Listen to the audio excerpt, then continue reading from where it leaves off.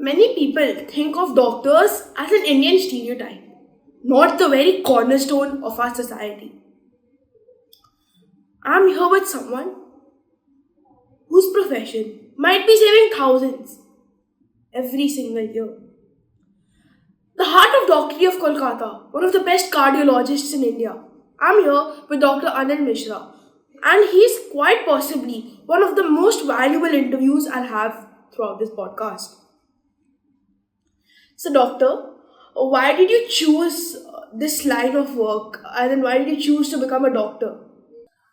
When I was in school, I the heart used to interest me a lot. So I always wanted to do something with the heart, see how the heart works and how can make it better, sort of thing. Ideas used to come, and of course that leads us to medicine. And of course, no better profession than serve the humankind. So I think it also helps that we had a family tradition because in our family there were quite a few doctors and I could see them serving people and how gratifying it was to serve people and get them better from their illnesses. So that was a great reward one would get. So I think that's what led me to medicine. So, out of the many different branches of doctory, why did you choose to specifically become a cardiologist? As I mentioned earlier, heart was always a fascination for me. I mean, I was always interested in looking at heart and how does it work and so on and so forth, particularly when we started biology in class 9. And these things used to interest me a lot.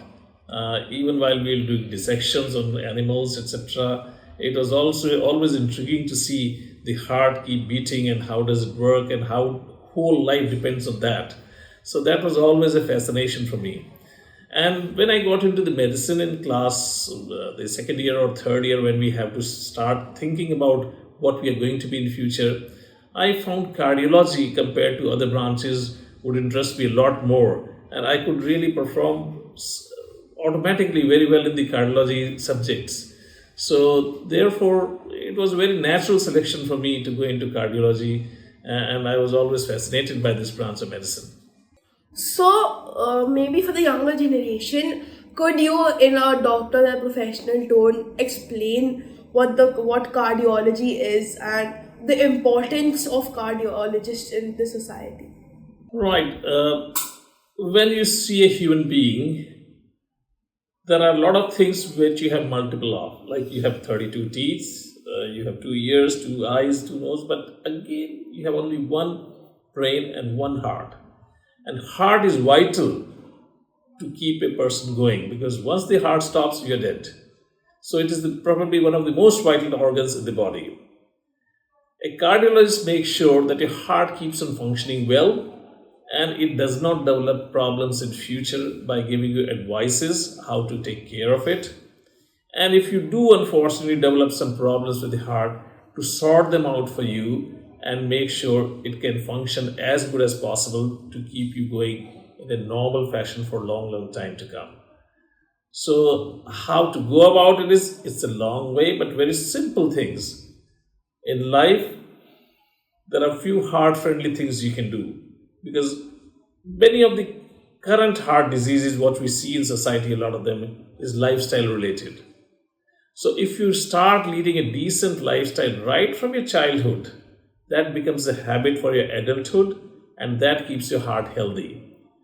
Very simple things which can keep your heart healthy, maybe having a good amount of sleep, again with your generation, very active schools, followed by tuitions, followed by some recreational activity, followed by some computer, and then of course video games to go by. And lastly, don't forget the social media before bedtime you are activated. So where is the time to sleep?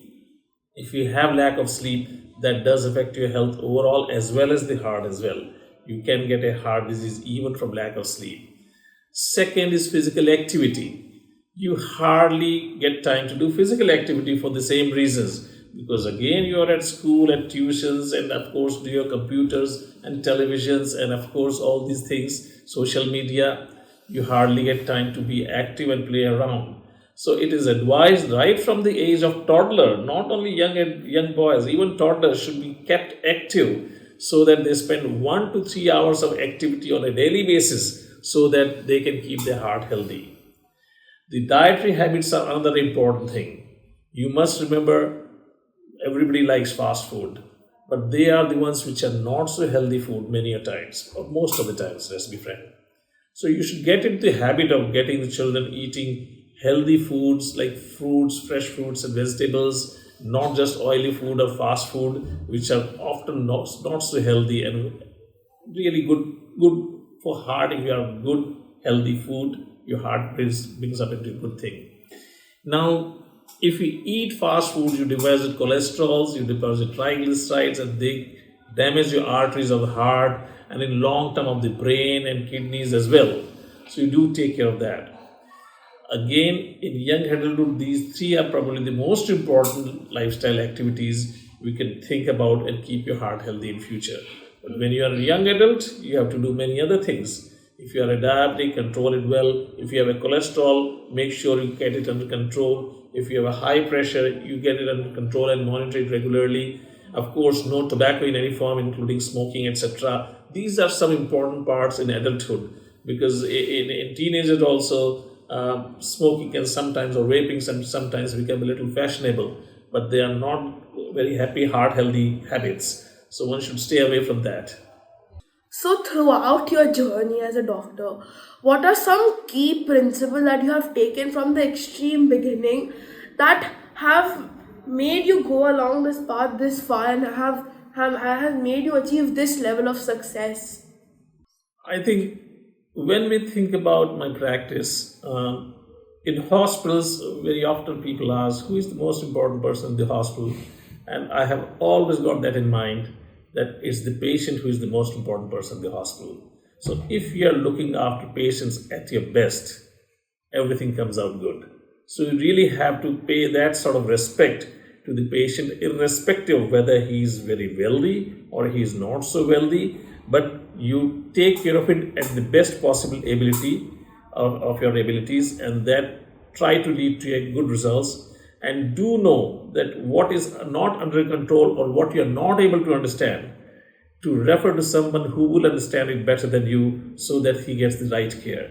So having the patient's interest in mind all the time is probably the paramount of importance for me. And as my father used to tell me long time ago, never run after money, let the money run after you. So never think about money when you're looking after patients. Just look after the patients. If they have capability of paying, they'll pay. If not, it's okay. There will be others who will be able to maintain you. That's all right. So this is also another important principle. So do not leave your ethical practices. Continue thinking all the time about the patient's welfare, irrespective of whatever it is, and then you will get the right results. So, what is one stereotype about the heart, or one misconception about it that you feel it is extremely vital to address? I think there are a few things, but if we have to point out one particular thing, that people do not relate activities to a healthy heart. Very often they'll think about diabetes, they'll think about food habit, they'll think about cholesterol, they'll think about smoking, but people underplay the role of physical activity and exercise and keeping the heart healthy. I think that is very, very important. And we have seen people who do regular exercises. We have repeated the angiograms 15 years later, 20 years later.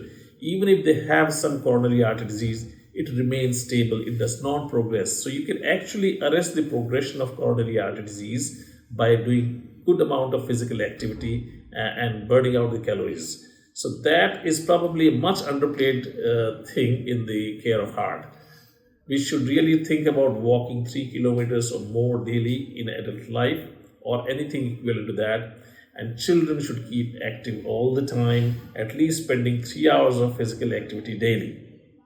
So, as a doctor, obviously you have dealt with extremely close brushes to death. But what would you say is the toughest and scariest moment of your career? I think the toughest and scariest moments comes to us when a relatively healthy person collapses on you, suddenly having a cardiac arrest and sort of dying in front of you. That is where, and particularly if you are doing some procedure on him, that really makes you very guilty that it's you who might have been causing this. So that is probably the most scariest time, and we know we have to run through these situations every now and then, because in intervention cardiology and general cardiology, heart gives you surprises at any time, and they can do variety of horrible things which really scare you a lot, and you have to be always composed, know what to do in these circumstances so that you can get them out of the trouble. So, even after such hard moments that you have to face every now and then, how do you have the strength to persevere? I think one thing one has to keep in mind, that we try to save lives to best of our ability, and I can imagine no doctor is interested in the patient's dying. Everybody wants the patient to live longer and healthy. But sometimes things do go wrong because of the disease process itself, and unfortunately, doctors get blamed for that. It's not the doctor, it is the disease process which causes a lot of problem. Healthy people would not have gone ill suddenly like that. So, what gives me strength is that we try our best, we go our best to possibly save lives, but we also remember at the same time, we are not God. If we are God, or if doctors could save every life, then whole world will be immortal. Nobody will die ever in any hospital. But that is not a fact. So people have to accept to some extent that we are not immortals. Doctors all over the world try their best to save the patients.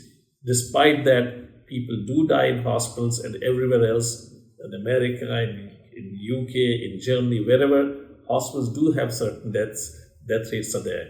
Only thing is whether adequate attempts have been made to save the life is what is important. So, what would you say is the most fascinating thing about cardiology, about your profession? And that one fascinating thing is why you've joined it, or maybe you've continued it for so long.